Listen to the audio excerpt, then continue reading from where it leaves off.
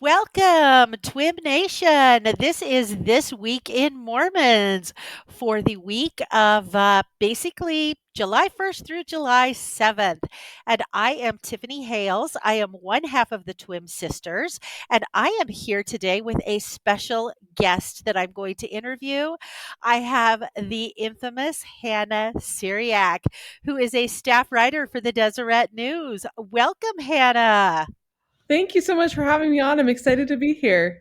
Well, I am so excited to have you here because, as we have discussed, Ariane and I, my sister, when we do our Twin Sisters podcast, we have covered a lot of your stories. And it's kind of been a little goal to interview you. And so I'm glad that you agreed to come on, and I appreciate that. So, before we get to your interview, I just want to do a little host chat because we always start with a little bit of host chat. And last time that my sister and I recorded, I was a couple of days away from leaving for girls' camp. And my husband and I were going to girls' camp to cook for girls' camp. Now, he had never been to girls' camp before. This is a gentleman who's been in the young men since I think that's about the only calling he's ever had in his life, probably because he's perpetually about 14. So he relates very well. And so girls' camp was a new experience for him. So before I kind of get into a little bit about my details of girls' camp, Hannah, did you have the experience growing up of being able to attend girls' camp? So I actually attended girls' camp one time, Okay. and I loved it. I thought it was the Okay. greatest thing ever. Okay. I grew up in New England, so I just Okay. remember going outside and seeing all the trees. It was one of my first camping experiences. I didn't camp a lot growing Uh up. huh. And I just loved singing all the songs. I was a bit older. I forget exactly how old I was, but it was, I think it was right before college. Okay. And or it might have been during college, actually, I don't remember. And I just remember going swimming in the lake, having such a great time. I loved reading scriptures at night with all the girls too. It was just one of those moments where I felt like, I could really relate to a lot of the stories that people had to tell, and we had really good bonding experiences. Oh, yeah, and that is exactly what girls' camp is about. In fact, the young women leaders were talking about, how different the girls are when they're not at girls' camp, and it takes them about 12 hours once they get at girls' camp to kind of get out of themselves and start bonding and behaving in ways that they generally don't see them behave on a regular basis. And it was fun to witness that and fun to watch that. And of course, my husband was just kind of blown away at how different it is, just with a lot of spirituality and the singing the songs. And a couple nights they were singing songs around the campfire, just like what you said. And he was just like, really, this is what you do at girls camp? And I'm like, yes, this is what you do at girls camp. Did you ever sing the song Mormon Boy? Have you even ever Yes, heard of the yes, song I Mormon did. Boy? Yes, I did. But the thing is, I actually didn't sing it at girls' camp. Okay. I started singing it with one of my friends a few weeks ago because we heard the story of how there was a group of international students who went to girls' camp here. They were all members. They went to girls' camp in Utah, and it was their first time hearing that song. So I Oh had to gosh. ask, what is this song? And my friend taught it to me. She's in the Young Women's Presidency in Uh-huh. her ward, and we just started and we started singing it, and we text each other the lyrics. So Oh, I love that. Okay, I think this might be a good Deseret News story for you. You need to do a song on the history and origins of Mormon Boy and how often it is sung at girls' camp. Because, I mean, it was just funny. Our girls were sitting around singing it, and as you know, it has like multiple verses to it, and I think it's been added to over the years. And there was a twinge of them that was like, should we be saying Mormon Boy? Are we allowed to say Mormon Boy? Is this okay? And I'm like, yeah, it's Girl Scout. It's fine. Sing Mormon Boy. So I would attempt to sing it, but that would frighten all of our listeners because I am completely tone deaf. And so, sometime I should go out there and see if there's like some recording somewhere out there that, some quasi LDS person has done where they've recorded Mormon Boy that maybe you can find on Spotify or iTunes. I have no idea. If not, Yeah, that would be somebody. awesome. I'd sing it too, but I would also horrify the listeners. Exactly, and we don't wanna horrify the listeners. So, we'll just encourage the listeners, if you've never heard the song Mormon Boy, go look it up, go see if you can find a rendition of it because it's great. So, anyway, and the other interesting thing about my girls' camp was I have never been to girls' camp when it has been less than 90 degrees.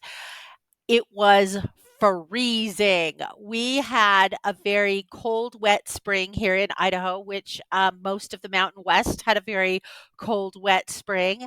And so I think the first day we were there, the high was in the mid 50s. The girls woke up to 36-degree weather the next morning. So it was a challenge to keep them warm. We had hot chocolate for them, and my husband brought this industrial heater. So he is a brick and stone mason. And in the wintertime, they have to tent buildings because the masonry will not set up if it's less than 32 degrees. So they tent the building with plastic. They have this big diesel heater that they put in the building, and then it keeps the temperature above 32 degrees. So he threw that diesel heater in for girls' camp.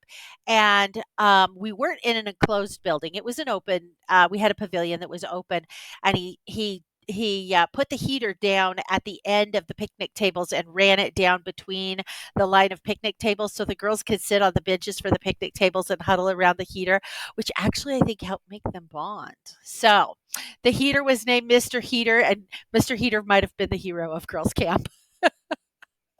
That's awesome. Wow. What a wild experience though. I'm not really a fan of camping at this Uh-huh. point. I liked it when I was younger, it was more fun. Yeah, But I can't imagine I can't imagine waking up in 36-degree I weather. know. I wouldn't be able to sleep. Props to them for, enduring that. And that's what I say because this is now true confession time. The girls and the leaders might have been sleeping in tents. Tiffany might have took her motorhome up there. Whatever you got to do to survive. Exactly. I was like, I'm the camp cook. My husband's the camp cook. You got to have your camp cook well rested and in a good mood so you have good food. Because, as I like to say, if you feed them good food and you keep their stomachs happy, you have solved literally 50% of your girls' camp problems right there if their stomachs are happy. So anyway, so yeah, I might have slept in my motorhome with the heater on for 3 nights when I was up there. And I don't feel guilty about it. So I'm with you, Hannah. I am not. My husband is a big camper. In fact, he even said, "Oh, we should take a tent." And I said, "Hey, you are more than welcome to take a tent and sleep out there in a tent." But this girlfriend is not doing that. So I can That's appreciate awesome. your non-camping very much. So all right. Well, let's just get into some questions. Let's just start with some background for our listeners who don't know much about you. You did hint that you grew up in New England. So let's start with what state you grew up in and how it is your family ended up in New England. It's a bit of an unusual place to find a lot of members of the church. Yeah, so I was born in Massachusetts, and that's where I lived until I went to BYU. Okay. I actually did do a year of college at the College of the Holy Cross, which is a Catholic college there. And I've told a bit about my conversion story elsewhere. It wasn't particularly Uh-huh. linear, but my family, most of my family are not members of the church. Okay. Most of my family are Catholic or Lutheran or agnostic. But definitely a lot of Catholic heritage. And in terms of how we ended up in Massachusetts, I've had a family live in that area for a while now. So we've just been there, and Fair it's a enough. really fun area. It's definitely very different than Utah. But I love things about both areas. Okay, well, I did not realize you were a convert, and I am unfamiliar with your conversion story. Would you mind just taking a few minutes and sharing that? Sure. So the short version of it is I was baptized Catholic as a baby. My parents split, and then my mom started looking into the Church of Jesus Christ of Latter Day Saints. Uh-huh. And then when I was 8, I took missionary lessons from the missionaries. And then I was baptized, and then growing up, I'd say, I sometimes went to church. I also went to other churches on occasion. I Mhm. wasn't I wasn't quite sure what type of religious relationship I wanted. And I when I got older, when I started attending Holy Cross, at that time in my life, I was very much thinking I was just going to be Catholic. Mhm. I had kind of come to that conclusion, and a lot of things just changed for me, and I decided, no, I want to be a member of the church. So I never like officially left the church or Yeah. anything. I did attend Catholic mass for a while and think that that was going to be my path. But after reading the Book of Mormon when I was in college, I just had a really strong spiritual experience with that, and then decided to become a member. Well, not become, but be a member of the church. So that's what I mean Yeah. when I say it's not linear, because Yeah. I did Yeah. join when I was younger. I Yeah. did attend church growing up, but just had, a period of religious exploration. Yeah. And I don't think that's unusual. And I think that many people today who maybe are baptized when they are younger, then as they get older and as they develop, have to decide for themselves, just like you did. Is this where I want to stay? Or do I feel like I need to go somewhere else and kind of in a way reconvert and decide, just like what you said, where they're going to land. So anyway, so you do a year of Catholic college, and then you head off to BYU. I cannot think of a more kind of diverse, both ends of the spectrum thing. So, and having grown up in Massachusetts, I am dying to know what you thought when you landed in Provo, Utah. Yeah, so when I landed in Provo, Utah, I had been to Utah before a couple of times, but really just the Salt Lake area. I had never been to Provo. When I came to BYU, I had picked my housing online. I had no idea about anything. I wasn't sure how this whole thing was going to work. I honestly just felt really prompted to go to BYU, and I think that's for several reasons. I think my formative experiences at BYU really did solidify my, I guess you could call it a reconversion. I Uh-huh. never know how to say it, because I'll say I'm a convert and people will say no you're not, and then I'll say I'm not a convert, and then people will say yes you are. So I like the term reconversion. I think that works. Reconversion, good. But yeah, I got off the plane, and I remember thinking everything is really flat, and there were some positives to it for me, where I saw that people dressed like I did. I've always sort of worn the floral dresses with the cardigans, Uh-huh. so I got to Utah and I was like, okay, awesome. Like my sense of style, very appropriate here. But there were definitely some things that were difficult for me to adjust to. I'd say dating culture is the biggest one, Mhm. because I'm 24, I'm not married, and I believe strongly in getting married and starting a family. Mhm. But I guess my the norm of dating quickly was one that I was unfamiliar with, and Mhm. one that was kind of, that was a bit of an adjustment for me to, because I don't know, that's just not really my personality, and I'm glad it works for other people. But being in that environment, I was thinking, this just isn't really what I'm used to. I watched Yeah. people, to have 3 or 4 year long engagements. Then I got here and I saw people get married within 3 months, and I think, that's great. I'm really happy for them. But that was personally a little bit tricky for me. But I've really grown to love Utah, honestly. Very different than where I'm from, in pretty much every way possible. Catholicism's also different too. But I do find a lot of similarities. I find that there's a lot of the strong community similarities. I find that people everywhere you go are just kind and loving in a lot of Mhm. different ways, and there's always a sense of hospitality. So, it's sort of a mixed bag, but it's been a great experience. That is awesome. Do you have thoughts on Utah drivers? There are Oh many yeah, people who have thoughts on Utah drivers. the one time that I said something funny, it got on BYU memes. This is the only time I've ever really Oh. made a joke, and I said, I wish that the drivers on I-15 would follow Jesus as closely as they follow me. And I I at the time I was just kind of in a little bit of a bad mood because have been just a little bit I don't know, I'm a little bit of a slow driver. Uh-huh. Which I don't think is a sin, but I like going the speed limit, if not a little bit lower. And a lot of cars here don't like that and they like going fast. And so there is that Yes. sort of tension between me and them where I will often have people drive really close behind me.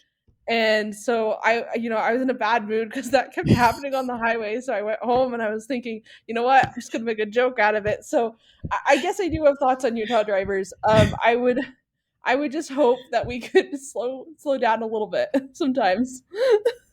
That's hilarious that you say that because I went to school at BYU too. And I remember the transition when I would come home every summer because Idaho drivers tend to pretty much drive the speed limit. And I'd be like, why is everybody here driving so slow? Because I was used to the fast driving. And then I would readjust and then I'd go back to Utah and I'm like, why are you driving so fast? Why are you in a hurry? All right. It's So funny. tell us, what did you major in at BYU? Yeah, so I did not major in journalism. Okay. That's always the first way to put it. I studied ancient languages, Okay. and I really liked it. Part of the reason I did it is I always have had an interest in the Bible, and so that was my main focus. It's the same thing that I did my graduate degree into, and I had zero plans of ever becoming a journalist. Okay. And I have never taken a single journalism class, so Okay. very It's different than hilarious. what. Yeah, I just love I love hearing different people's perspectives. And I think one Mhm. of the interesting things about studying ancient people is you really learn that you can't be judgmental towards them Mhm. because they've gone on, they're past, right? You're dealing with a civilization that's completely over. You can't talk to them. Yeah. And I think for me, like the biggest thing that I gained was trying to put aside my own, initial reactions to things and think, these people who are than me have a lot in common with me. These people who are different than me are better than I am at some things. And it's not always it's not always that they're worse at things than we are. And I think that's true of all people. It was a really interesting thing for me to study for that reason. So, do you often think when you're studying these ancient cultures, we are viewing and funneling those ancient cultures through obviously a very different lens, a modern day lens of things that we know that they never knew. How does that impact you when you're studying these ancient cultures? Well, I think, of course there are things that we have advanced on. But I also think a lot of our advancements are rooted in things that they taught us. Mhm. And so for me, it always kind of comes back to that, right? Because I think we have a tendency to see ancient cultures as quote unquote primitive. Mhm. And I think we can sometimes apply that same sort of lens to modern cultures that we don't see as technologically advanced as we are, right? And then for me, the really interesting thing to do has been, okay, what if I take a step back and what if I ask, in what ways were they advanced, as opposed to in what ways Mhm. are we advanced and they're not? And I've discovered that there's so much depth, especially when it comes to human relationships and human nature in ancient cultures. And so the impact on me has really been profound, where I feel like um I feel like when I look back at the past and I look at the present, I'm able to offer a lot more grace to both because Wow. of thinking about those things. And of course, like everyone, like I fell short in doing that. But I do think there's something to be said about thinking about how, even though now we have this modern plumbing system, the ancient Romans had something like that. Even now that we have modern medicine, there's a beautiful tradition of indigenous medicine Mhm. that really worked for their people. And I don't know. I think if we're thinking about how advanced we are, we miss out on the innovations that other people have done. I love that. I absolutely love that.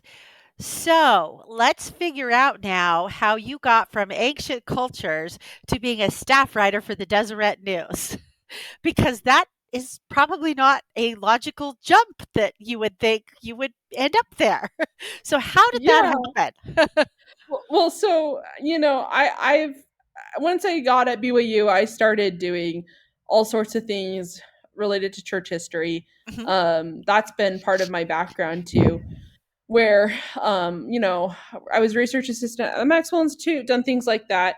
And so I was in this space before graduation. It was well before graduation actually, where graduation with my graduate degree, because I went straight from undergrad to graduate school. mhm, But so I didn't really have to figure it out then. But I didn't know what I wanted to do. I had thought for a long time I was going to become a professor, and that seemed to me to be the only path for me.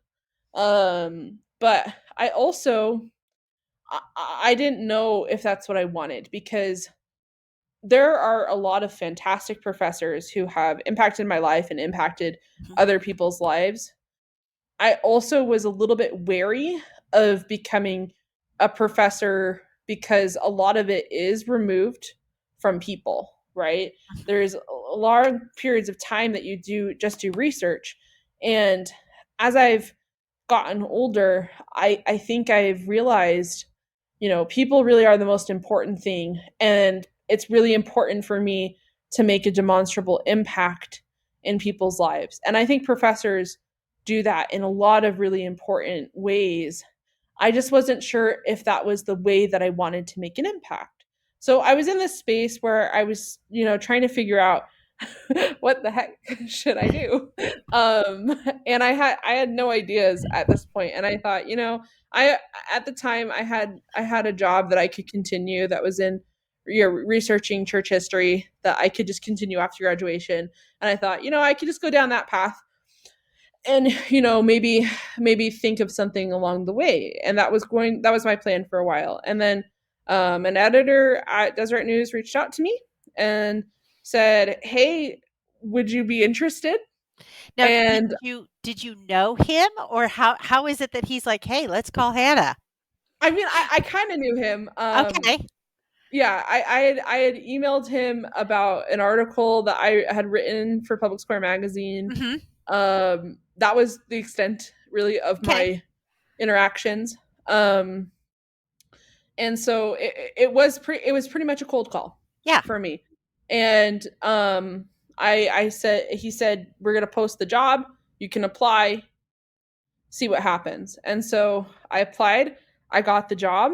And then I won't say who it is, because I don't have their Fair permission, but enough. I had a conversation with right when I got the job offer. I the customary 24 hours to accept. Yeah. um Perchance, I think it was God's timing, I had a conversation planned with really just like a pioneer of Latter Day Saint slash Mormon studies, who I really admire, and I was supposed to talk to him about something else, and I did bring up, at the end of the conversation, I brought up my future, and he gave me some advice, and he talked a lot about the importance of being a Latter day Saint while being a voice, and how it's Mhm. not necessary for me to just do Latter day Saint studies, that I could do other things too. And as silly as it sounds, I hadn't given myself permission to think in that way. I Uh-huh. had thought,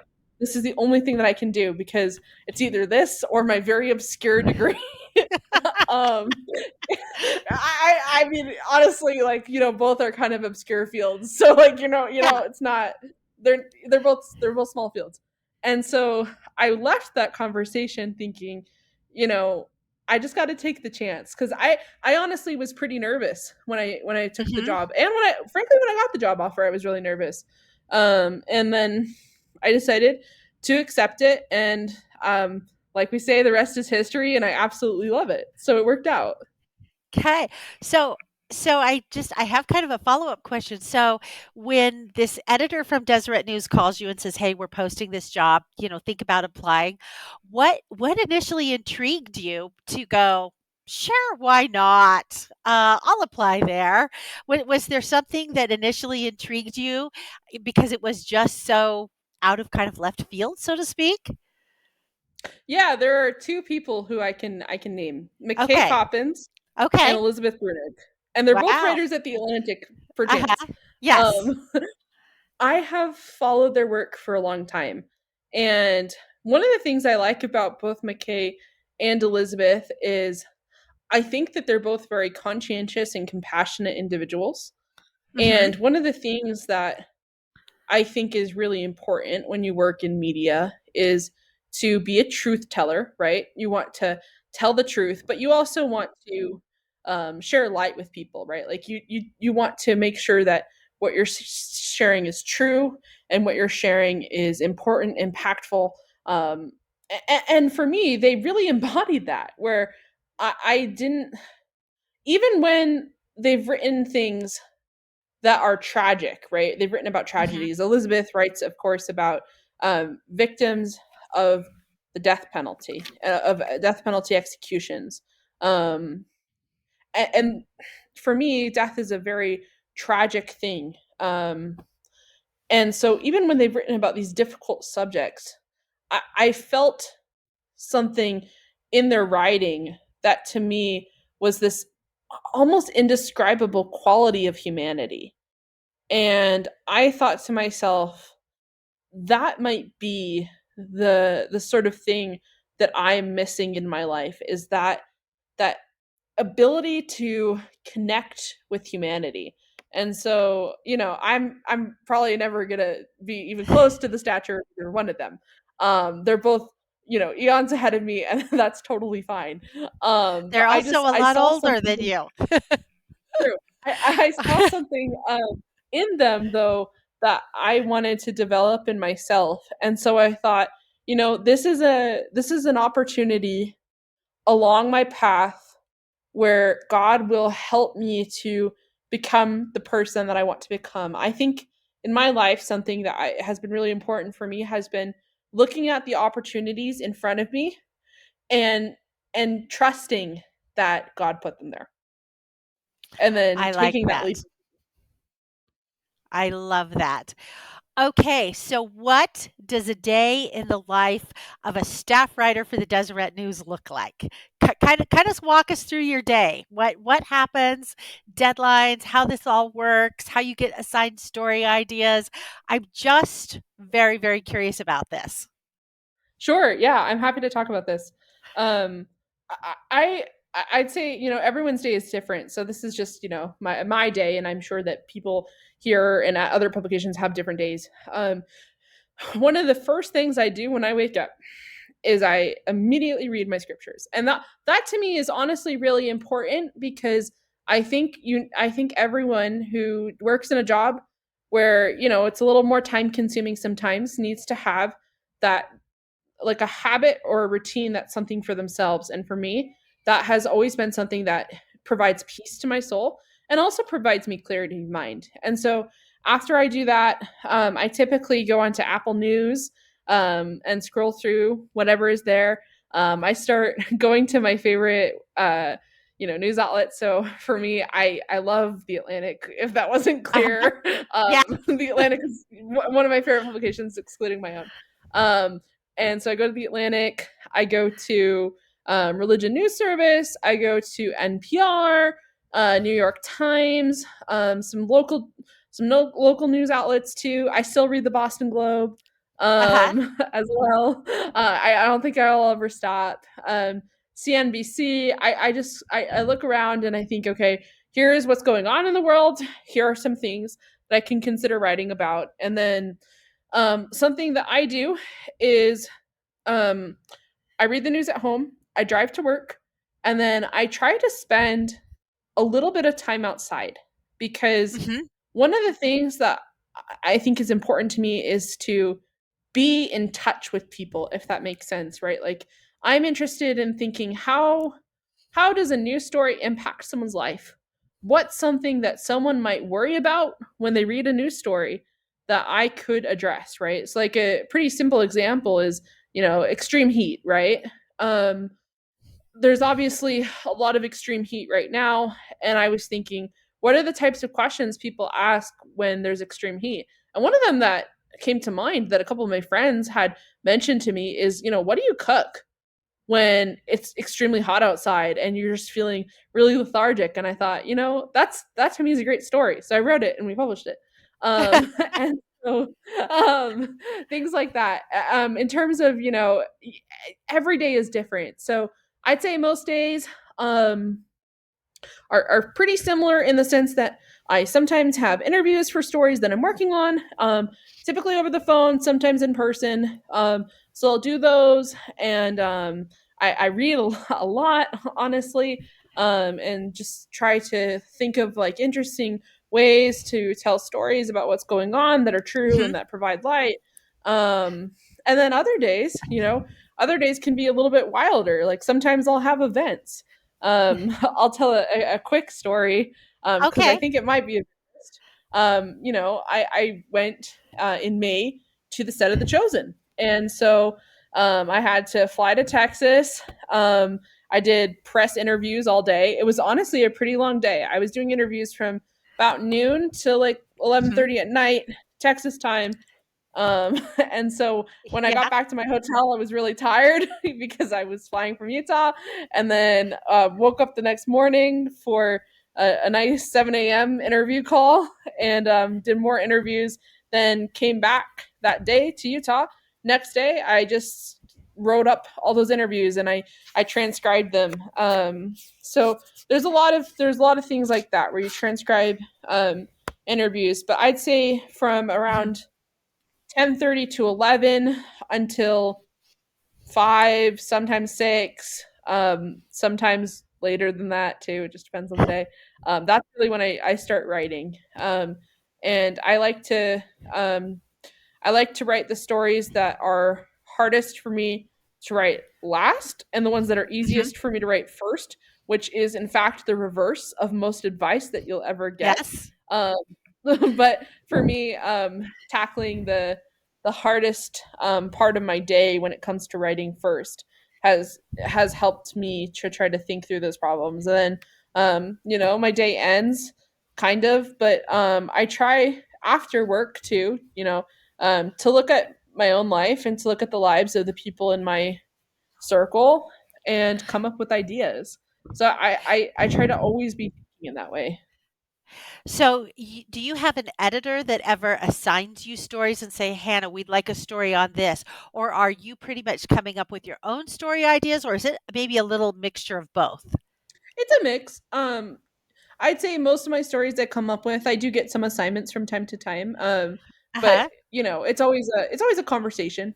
I'd say a lot of people just give me ideas too. That's the nice thing about because I actually physically go to the office Yeah. every day, and that's a decision I made because I think there's a lot of good things that can be gained by just having conversations with people, and Yes. having conversations with my colleagues has given me a lot of really good ideas, honestly, that I don't think I would have come up on my own. So it is a Yeah. mixture. And, I work with a few people here that have great ideas and that give me great advice. So, do you have like any sort of quota, like you need to do X number of stories a day, or does it just kind of depend on, oh, this is a short story, I can do two or three of those. This is more in depth, it's going to take me longer and more time. How does that all work? It's pretty flexible, I'd say. I'm on what's called the trending team, and we write Uh-huh. trending news. So I end up writing a couple stories a day, and I'm always working on big projects. So I'd say, my average, I probably average about 2 stories a day these days. There have been previous months where I've written way more. There's also been previous months where I've written way less. So it really honestly just depends on the story. Okay. Now, you mentioned you still read the Boston Globe, and that kind of brings me to just kind of the shift that newspapers have seen in the last 10 to 15 years. I mean, you are very young compared to me. I am twice your age. And I grew up with a daily newspaper delivery to my house. We received a paper in the morning and we received a paper in the evening from two different competing newspapers here in the Boise area. And my parents would pour over those papers. I saw them reading the newspaper as a teenager. I physically read the newspaper. I continued to do that through college and post college. I when I lived in Utah, I had a subscription to the Deseret News. And then it seems like a big shift occurred about 15 years ago that it kind of trended away from the print media into more the digital media. And I quit subscribing to the physical newspaper. And now, much like you, the first thing I do in the morning is I'm like, click on the Deseret News. Let's click on the Idaho Press, to get my news. So, have you seen? I don't know if you're too young to have seen or understood that trend because you've kind of maybe been aware of this more. It's always been a digital world for you, but I guessing you work with old timers who were like, "Oh, back in my day." What are your thoughts Yeah. on that? Yeah, so I am a little bit too young to appreciate the shift Uh-huh. fully. I will say I do remember I've been an Atlantic subscriber for a while, and I remember getting the physical copies of the magazine when I was in high school and middle school and thumbing through it and writing in the margins. And I I don't get the physical copy anymore, but this conversation is making me think I should. But I haven't been able to see the shift, but I have talked to people about the shift because it's an interesting one, right? When you're working on a deadline for a story now, Mhm. I almost think it's still as imminent in the sense of you still really need to finish the story by the deadline, but because you're not like constrained by how many inches you can take up in a column, word count, like do you have to be thinking, I think they're called dangling widows too, with the way that a word ends on a page, Uh-huh. right? You're not thinking about those things with the same sort of I guess precision, right? Like you have to think about word count and be realistic about that. But it is a really different shift, and I think too, it also might impact pace. I think newspapers, media, very fast paced. My job, I'd say, is fast paced, and when I talk to people who used to work just doing print, they say think of fast paced, but adding all this additional stress of, how am I going to finish making sure that this column is the perfect space within a paper. And so I think that that's definitely part of it. I think also the shift from print to online, one of the things that has changed is local news, of course. So I still read Boston Globe, like I mentioned. I actually do try to read a lot of local news too, for one reason Mhm. and one reason only, besides the fact that I like reading the news, which is apparent. I want to make sure that the local news still has readers too. So that's been, I think, a really interesting shift. I see a lot of local papers closing down, not necessarily in the area where I live. I think there's a thriving um, local news presence, but there are definitely areas where you're seeing fewer and fewer local news outlets too, and I think that that has definitely been part of that shift from print to online, because if everything's online, you don't feel that sort of need to subscribe to a paper. And when it comes to local papers, subscriptions really Yeah. help. So let me ask you this. Do you consider yourself part of Generation Z? If you were to classify yourself as to what generation category you fall into? Yeah, so Or do you okay, consider I yourself think this more a is a fun millennial? question. Okay. Yeah, so I think this is a fun question. I Am I technically Gen Z by the definition of Gen Z? Yes, but I feel like I'm kind of a boomer, and I Okay. mean this in like the That's best a possible very way. interesting answer. Okay. I know, that's why I gave it. I love just, drinking my herbal tea, reading books, like I, I don't know, like I love the digital world, don't get me wrong, but Yes. I do like letter writing, and and I have a typewriter, and I like doing things like that. So, I am Gen Z, but am I Gen Z? I don't know. I'm like retro Gen Z, I guess. Retro Gen Z. Oh, I love that. I may drop that on one of my legal secretaries at my office who's borderline millennial Gen Z. So, Yeah. what do you think that the news media is doing these days to encourage specifically millennials and Gen Z to engage in the news? Because they've grown up in a very different news world than the news world that I grew up in, and the news world that it sounds like maybe you wanted to grow up in. Yeah. I think right now we're seeing really quick news cycles, right? I think that's been pretty apparent where the news constantly changes and it changes really fast, and we're all aware of those changes. And I've thought a lot about that because that's been my reality for as long as I can remember. But Mhm. I also think, that hasn't always been the reality where people knew sort of like very specific details about things that occurred as soon as they occurred, basically, Yeah. with the way that media is able to get stories out. So I think that the way that Gen Z millennials are engaging with news right now has a lot to do with social media. I think we're seeing like TikTok, Twitter, Mhm. Instagram, but especially TikTok becoming more important sources for Gen Z and millennials. And I actually, I will say, I did write an article with one of my colleagues, Gitanjali, about how TikTok and misinformation sort of work Yeah. together with the news, right? Like there is a certain percentage. It's hard to quantify, of course, of information on TikTok that's presented as news that is actually misinformation. And so I think it's an interesting space. There's always been quote unquote misinformation, not always due to malice, right? Like sometimes people will get things wrong, will have limited information, right? It's a tricky thing. It's not always intentional. And so I think right now, because we're seeing uh, this almost, I don't want to say surplus, this large amount of information available on the news, we're seeing that there's this grappling of younger generations of, asking questions of how do I know what it's true? How do I know what has slant? How do I know what sources I should be reading? And how do I interrogate my own bias? Which I think is a really interesting conversation.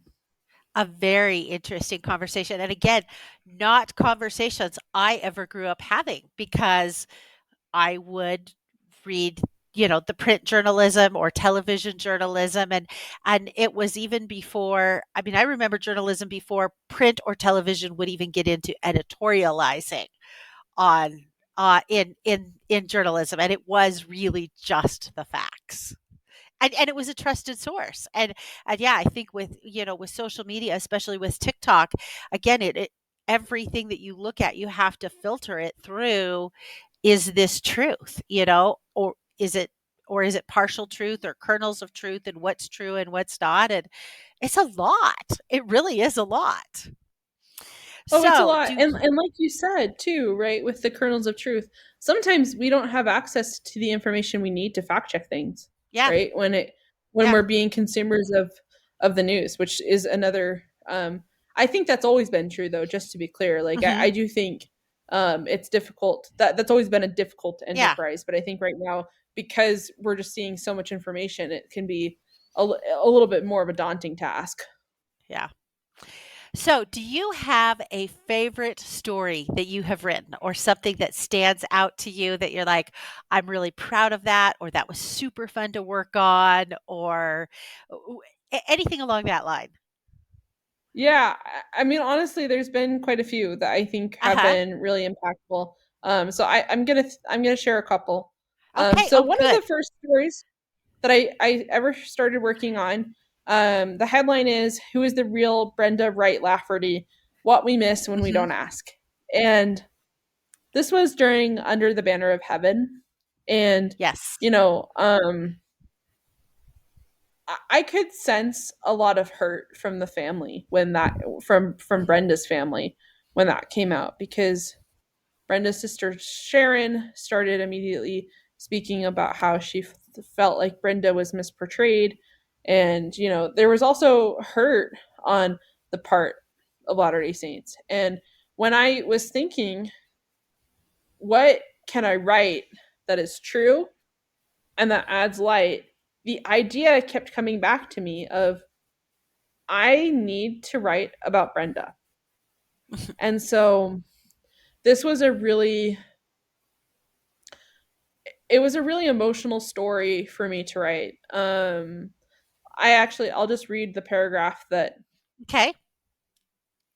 in modern society, this is not unusual, speaking about how the victim of a murder is forgotten. Victims of murders are rarely spoken of outside of their murders. They become lost. They deserve better. Brenda deserves better. But for whatever reason, society has accepted this phenomenon and not questioned what this says about us. I recognized this phenomenon when I began preparing to write about Under the Banner of Heaven, an FX drama that aired its final episode this week. I wanted to understand the ins and outs of the case, so I did all the research that I could and realized that many of my questions about Brenda were unanswered because most of what has been written about her is her murder and the events leading up to it. So I started talking to the people that knew Brenda. From those conversations, this is her story, and I then go on to quote from her sisters about who she was, what she liked, what she was like as a kid, what she was like in high school, and um, all. And I got to use some of her family photos in the story too. And for me, it was one of the most impactful stories that I wrote because I just realized that when we're talking about people who have been murdered, we often know so much about the murderer, but nothing about the victim. And I grew in a real way to love Brenda. Wow. And so that was just it was one of my first stories too that I wrote for Deseret Wow. News. And so that was just a really indescribable story to write. Yeah. Um, Another story that I thought that was um, really again one of those stories that just hit me was I did a Q&A with Molly Bonner of the Bonner family. Okay.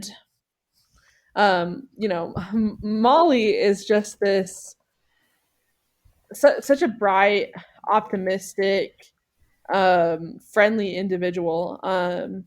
And so For those listeners who may not know who this is or what this is about, could you just give a brief overview? Yeah, sure. So the Bonner family, Harry and Deborah Bonner are converts to the Church of Jesus Christ of Latter Day Saints, and their whole family has this beautiful choir where they sing songs together. Okay. It's gospel music, and Deborah runs the Gospel Unity Choir. So Okay. Molly, he made the movie. His name is Green Flake. Green Flake, of course, is a black pioneer who there was a monument built for him. And I was writing this interview with Molly Bonner in conjunction with this monument. And Molly is himself black, and he spoke about the importance of learning and understanding black history, especially Black Latter day Saint history. And one of the things that was really important for me about this story was I think what Molly was saying was we need to be active in seeking out these stories, and it's our responsibility to find them and to preserve them and tell them. And it was one of those things where it was inspirational for me too, personally. But I also thought it was just an important conversation that needed to happen, and I thought people could really learn a lot from it. And then the last story that I'll mention that was particularly impactful for me was I read a story about Joseph Smith and religious freedom. I've actually written two, but the specific one I'm Uh-huh. thinking about was I published it on Joseph Smith's birthday. So it was called Joseph Smith Was on the Frontier for the Fight for Religious Freedom. And um, this was this was one of those intimidating stories where there's a lot of information about that, and Yeah. it's been written about a few times. And I thought, how can I write about this for a general audience in a way that speaks to what was happening during his time, but also speaks to how it's applicable now. And one of the interesting interviews that made it into the piece was from Katrina Lantos Sweat, who has done just so much for international religious freedom. She runs a foundation named after her father, Tom Lantos, who is a Holocaust survivor, and she's been an advocate for religious freedom internationally for many years. And I actually got to profile her as one of my first stories for Deseret News, and this was my second conversation with her. I called her back up and I said, "Hey, I'm writing this story. What can you tell me?" And she said something that really struck me. There are an increasing number of places in the world where religious freedom is very significantly hampered, and in some cases, just egregiously trampled upon. And later, I had another conversation with her that made it into a more recent article about Joseph Hmm. Smith, where she talked about some instances of people who were killed for their religious beliefs internationally. So there were some Ahmadi Muslims who were killed internationally for what they believed. And I thought, again, like, this is another example of stories that are very tragic, that I think Yes. once they're in our minds, it's important information for us to think about, and to think about what types, and I get into policy a little bit, but what types of policy um, would help people who are in these dire circumstances. And so Yeah. a couple of those stories were actually what we call perspective pieces, which are, Hmm. similar ish to an opinion piece. But I do Yes. think there's some interesting things that came from those stories. And they're stories that I'm really proud of. I like all three of those. And if you will send me the link to all three of those, we're going to link those in our show notes so that anybody listening who wants to go read those stories can go read those stories, because those stories I don't think have an expiration date, as many stories in the news do. But it doesn't appear to me that any of those stories have a quote unquote expiration date and are probably just as relevant as when you wrote them. So, um, let me ask you this: fan mail, hate mail. Do you get a lot of fan mail, hate mail, anything you are willing to share? Because we Ariane and I always talk about, when there's stories on Facebook that are controversial, we will go down the rabbit hole of reading the Facebook comments, uh, and I probably don't have to tell you what the rabbit hole of reading Facebook comments looks like. So I'm just curious what kind of feedback you have received on the type of work that you do. I'm not for everyone. And I think that's been something really important for me to understand. And Uh huh. I'm also not trying to be for everyone. Uh huh. There was a time where I would read both fan mail and hate mail. I'll say I I encounter a lot more positivity than I do negativity. Yes. Um, one of the things that I've realized is, a lot of the time when I've received criticism, there has been, I think, some truth to it. There are plenty of instances where that's not Hmm. true, but there are instances where that is true. And I need to change as a person in some ways, like we all need to change. And so for me, um, I have stopped reading Hmm. um, fan mail and hate mail. Fan mail, if it's sent directly to me, I'll respond typically, Yeah. but I don't really. I try not to read the comments, purely because I want to change into a more compassionate, charitable Hmm. person, um, charitable to everyone, right? To not esteem anyone as greater than anyone else. Like, I want that personal journey of mine to be my own, and I want my journey to be a walk between me and Christ. And I think when I make mistakes, as I have made many, I am young too, so that's also part of it.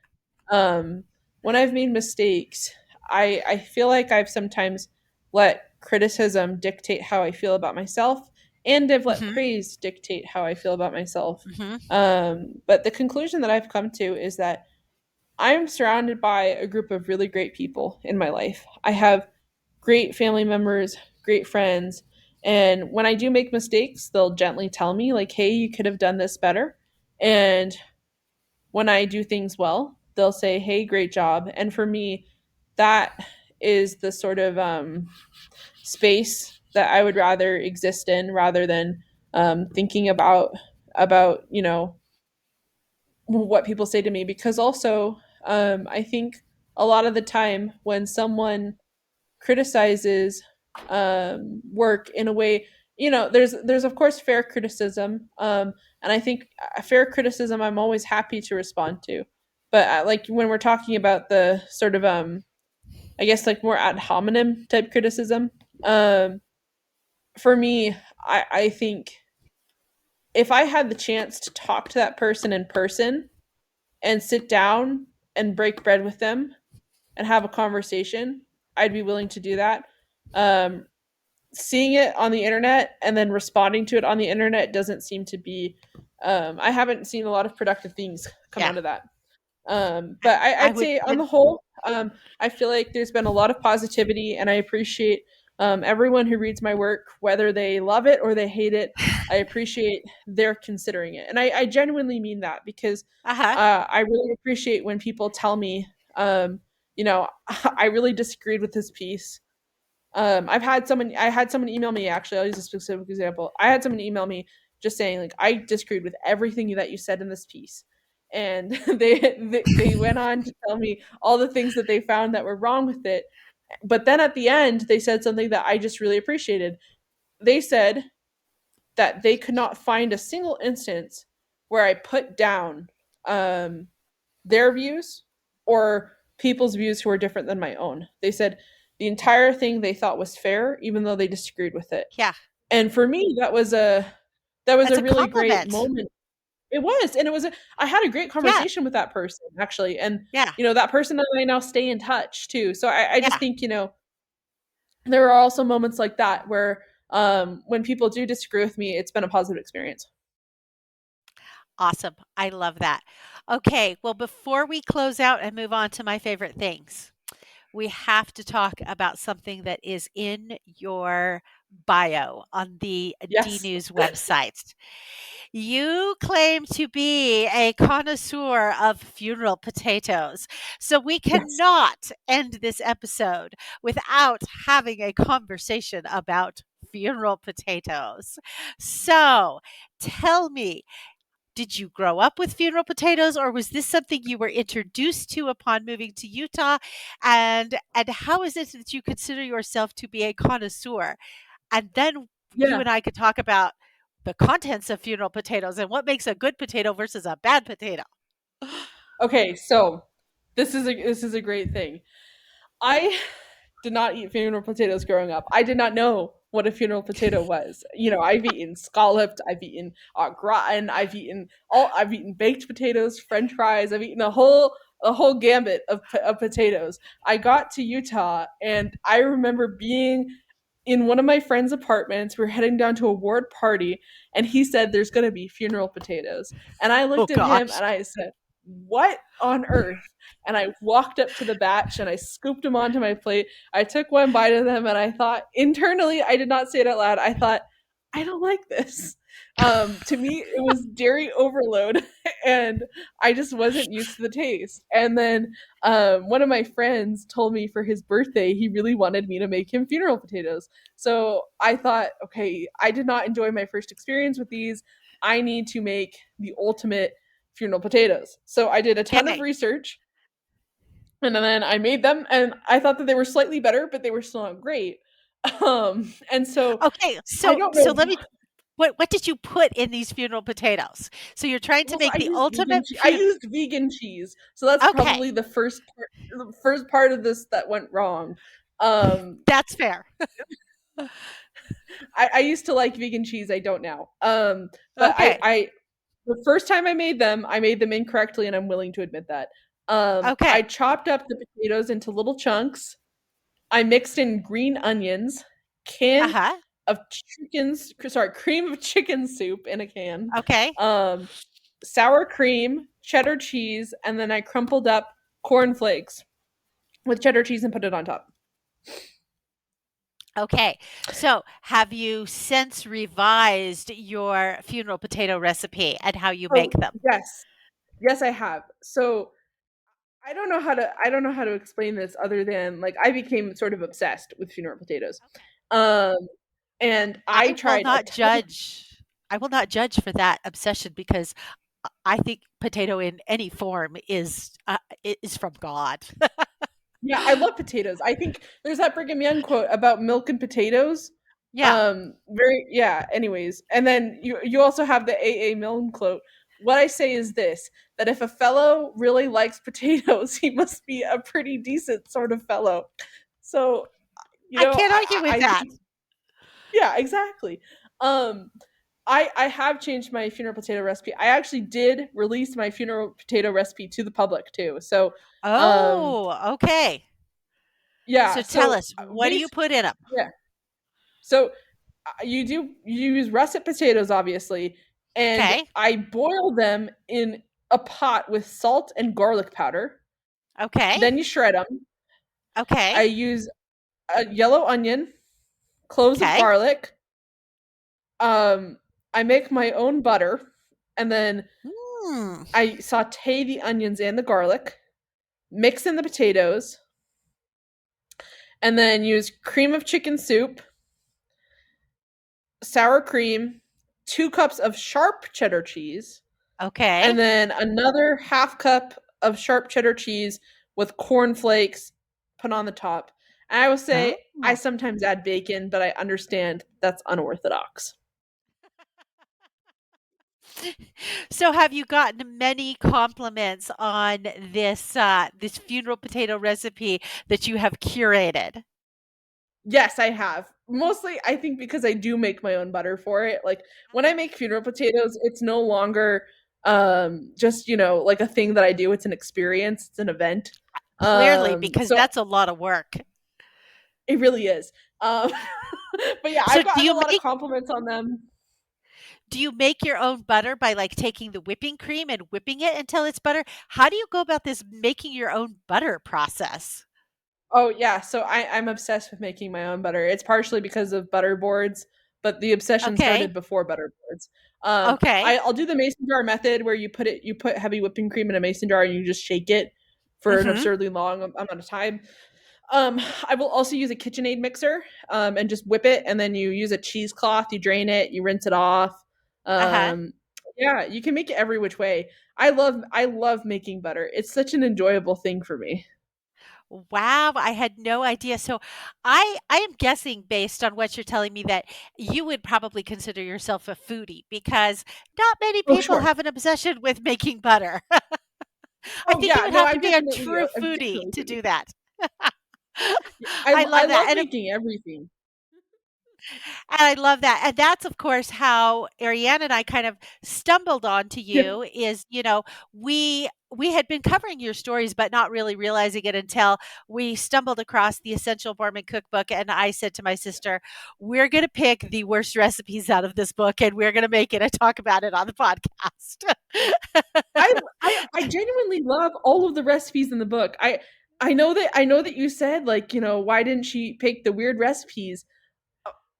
I like all the recipes, honestly. Like I did not think I would like Jello, right? So like Jello is Uh-huh. the thing that I thought that I would be like averse to.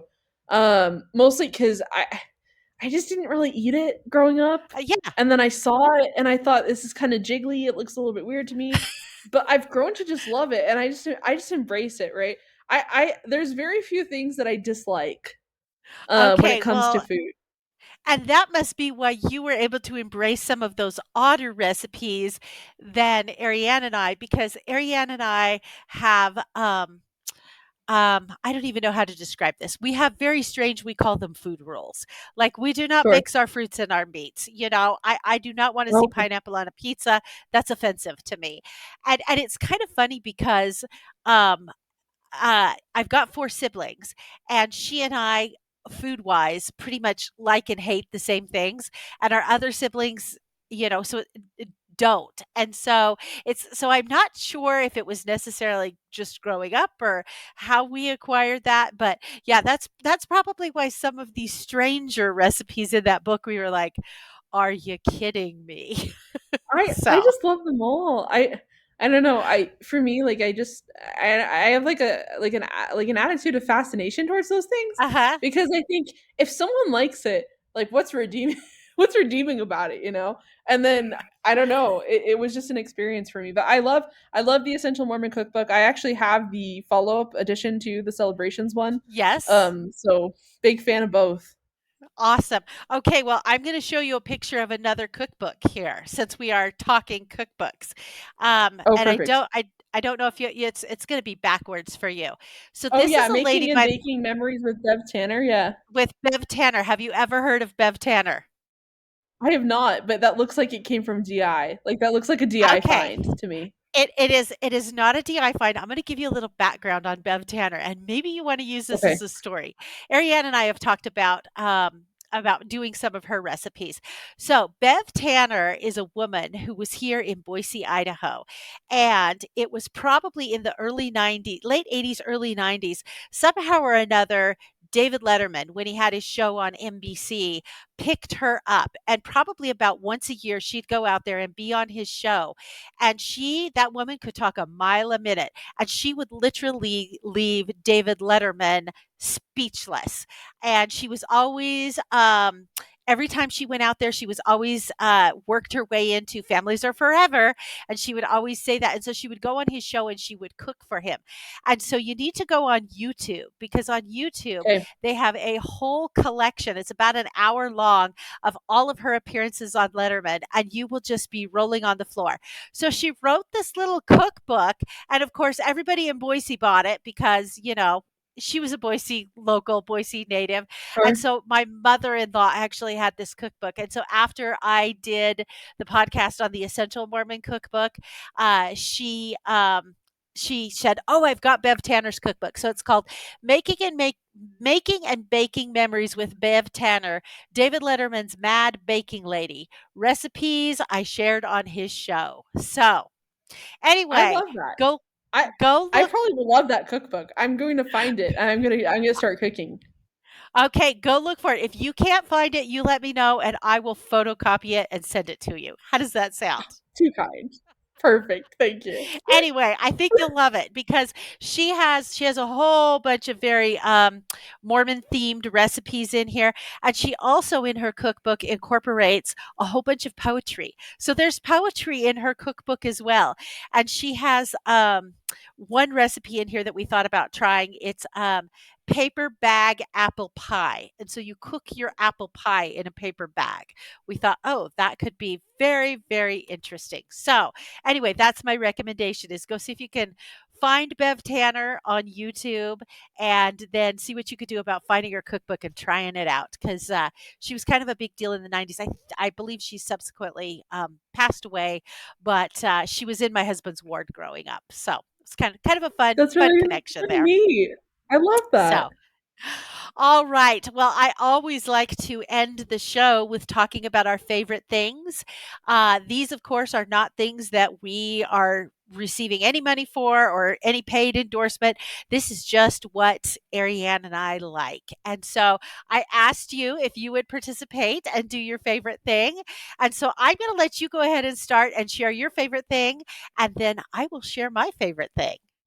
Okay, so the other day I wrote a story about Paddington Bear and it was you know, why he's a lovable bear or something like that. And then I decided I really wanted to go and find a little Paddington Bear and I found this Oh, adorable tiny little Paddington bear on Amazon, shipped it to me, and I have not received it yet, but it is currently my favorite thing just because I Paddington Bear to me is just kind of the epitome of kindness in so many ways, of kindness and quirkiness with the marmalade, and just so much fun in a little bundle. And it was just one of those things that I thought, this is really fun and sweet, and it makes me happy.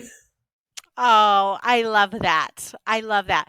Well, I am going to share a podcast that I stumbled across about a week ago. I was out driving around last Saturday, running some errands, and I think it was, I can't remember if it was Radio Lab or one of the NPR shows that was doing a little segment, and they referenced this podcast called Maintenance Phase. And it is all about debunking diet cultural myths.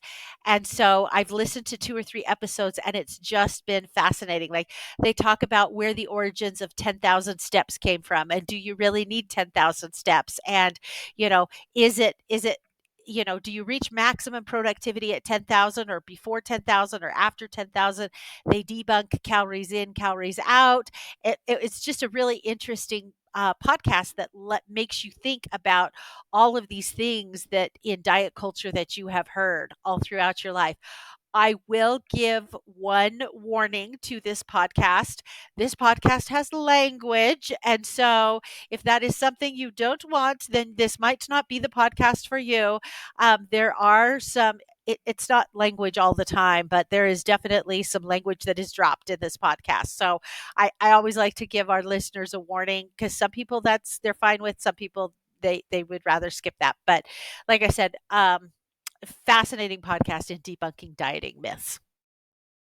That sounds really interesting. Yeah, I have seen some interesting research lately too, about, is it 7,500 steps Yeah. that you achieve the same benefits as 10,000 steps? I find all those things really fascinating.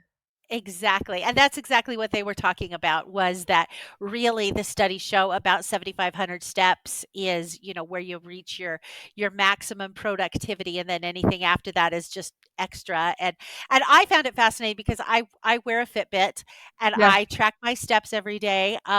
For medical reasons, a couple years ago I got a type 2 diabetes diagnosis, so I'm trying to be very careful of my aware of my movement and how much I'm Yeah. moving, and just to kind of keep those things under check. So, anyway, that was my recommendation for a podcast.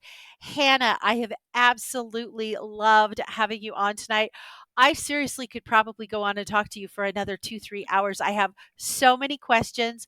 You've been a delightful guest. You've given just really thoughtful insight into everything that we've discussed tonight. And so I just want to say thank you so much for coming on to our show.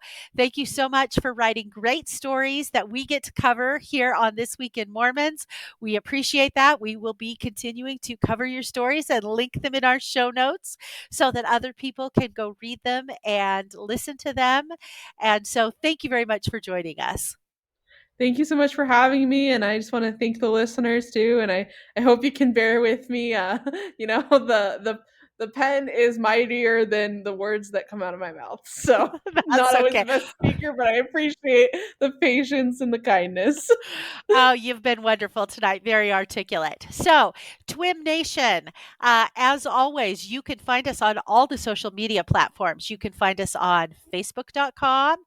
You can find us on Twitter. You can find us on Instagram. Ariane and I have a Twim Sisters Instagram where we always post links to our favorite things. And so we will do that tonight as well. And then for anyone who wants to be a Patreon subscriber, please go on to Patreon. For $3 a month, you can help us keep the lights out, or lights out. We don't want the lights to go out. You can help us keep the lights on. And we have started recently doing extra content for Patreon subscribers. So after we've wrapped up here, Hannah's going to stick around for a few more minutes, and we're going to do some extra content for Patreon subscribers. So, Twim Nation, thank you very much. We appreciate you listening.